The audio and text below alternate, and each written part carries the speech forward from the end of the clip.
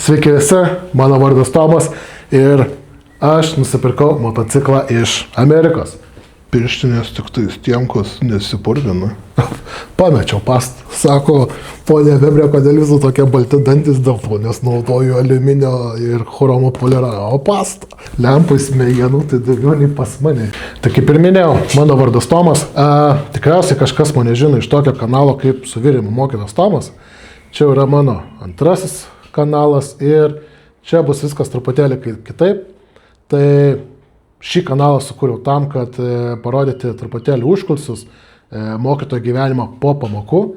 Tai čia matysite, kaip ir minėjau, motociklą, keliones, bei tokį kasdieninį gyvenimą ir kai kurias hobis. Tai vėlgi, pradėsim nuo motociklo ir su šio motociklu turėsime ne vieną kelionę, kurią taip pat pamatysite šitame kanale. Pats motociklas yra nupirktas iš Copart aukciono. Kol kas neatskleisiu jo kainos, kiek jis kainavo. Gal tai padarysiu jį surinkęs. Vėlgi, dabar atrodo viskas baisu, išardytas, detalių nėra.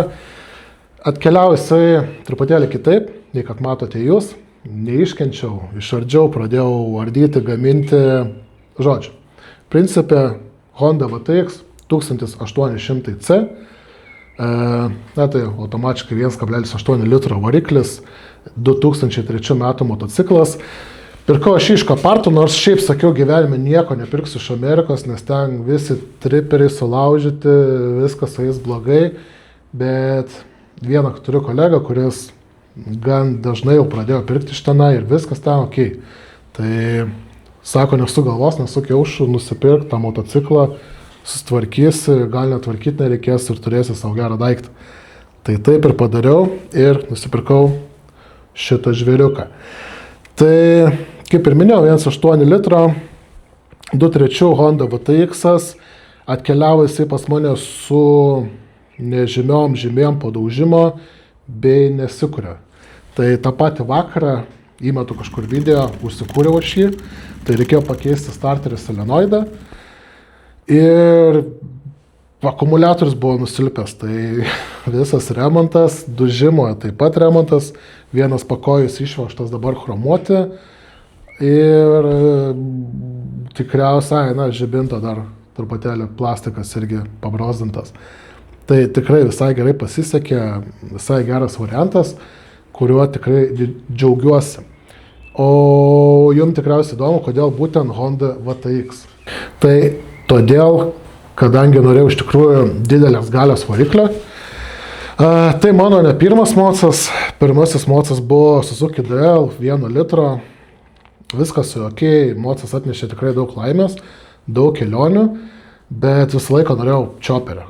Ir tiesiog, kokį mėnesį 2 prieš nusipirkant šitą, užžiūrinėjau tas chopperis, tikrai norėjau pasikeisti kažką galingo, muscle, kaip sakant, chopperio. Tai tikriausiai tai ir privedė prie to, kad pirkau šitą aukcionę. Tai pirkau dėl to, nes galingas. Buvo 3 variantai, tai Honda VTX, Yamaha Warrioras ir Suzuki VZR. VZR gal taip labiausiai norėjau, kol nepamačiau jo pas kolegą, tai gal kiek jis man šiaip per riebus, kiek žinau, tikrai gan sunku įpilotuot. Yamaha Warrioras taip pat norėjau, bet jisai gal jau per kūdas man, o čia toksai super variantas ir dar dėl to tikriausiai jį pirkau, kadangi jeigu žiūrint, japonai čia priėmė tikrai labai gerus inžinerinius sprendimus, tikrai parodė maks, ką jie sugeba, tai pats motociklas yra testuotas labai grubiam sąlygom, ne šitas aplamai Honda VTX. Ir tai buvo vienas iš tų kirtinių, kur ėmiau motociklą, kurio negalėsiu užmušti. Tai tikriausiai čia yra Honda VTX tas kozeris, kad jį užmušti tikriausiai neįmanoma. Net ir šitas, kuris ale griuvęs ir ale nesikuria, taip paprastai. Pirmą vakarą be to aš jau užkūriau, tai gavau jau po darbo valandų. Tai pajungiau šarankės akumą, užtrumpinau solenoido kontaktus ir jisai užsikūrė. Tai vėlgi, tik dėl to, kad tai yra patikimas motociklas. Tai yra tankas. Tai yra tankas, o aš tanko ir norėjau. Tai tiek būtų apie mano pasirinkimą, kodėl būtent šis mocas. O dabar gal truputėlį norėčiau supažindinti, ką aš čia gavau. Tai Kobros išmetimai turim, iš tikrųjų gal parodau.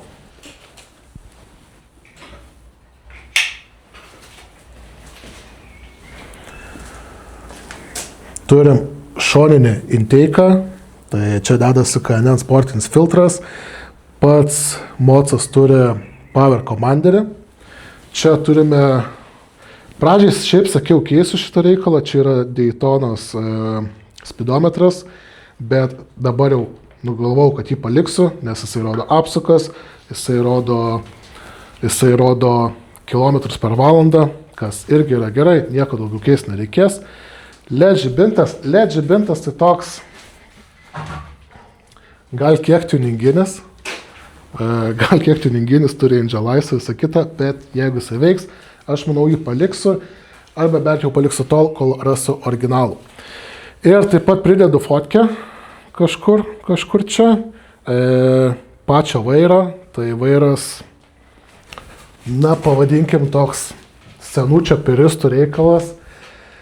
Pirmas dalykas, ką sakiau keisiu, tai yra vairas, bet dabar kuo toliau, kuo daugiau sėdėjau, kuo daugiau laikiau tą vairą, tiek jisai patogus, kad aš jaučiu jį paliksiu. Šiuo metu motociklui esu nuardęs baką, galinį sparną bei priekinį sparną, tai viskas yra išvežta dažyti. Dažo mano kolega, taip pat mokytojas, jisai papildomai dažo. Vežiau dažyti dėl to, nes šiaip juoda spalva su tokiu žaliu pigmentu prie saulę. Aš noriu juodos spalvos su raudonu pigmentu prie saulę. Tai vežiau pasidažyti, turėjau vieną kitą pabrazdinimą, irgi dėl to vežiau dažyti jam, nes tikrai žiauriai kruopštus žmogus, kur tikrai žinau, kad padarys idealiai, kad nieko nerasiu prie ko prisikabinti. Tai vėlgi, visus tuos dalykus, ką po to, kai surinkinėsiu motociklą, tikrai pasidalinsiu detaliau, kur ir ką dariau.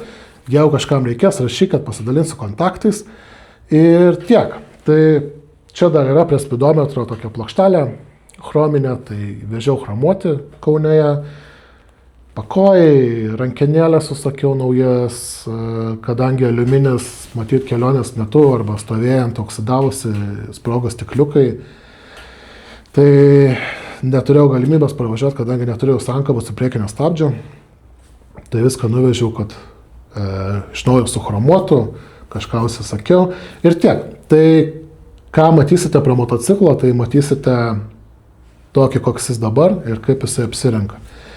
Po viso šito, kai aš jį surinksiu, su šiuo motociklu mūsų laukia kelionė aplink Lietuvą, tai tik jį surinkus, viską nudažius, aišku, sudalyvausime atidarėme motociklo, jeigu spėsime, kadangi šiandien turim jau balandžio 19, liko kiek mažiau nei 20 dienų.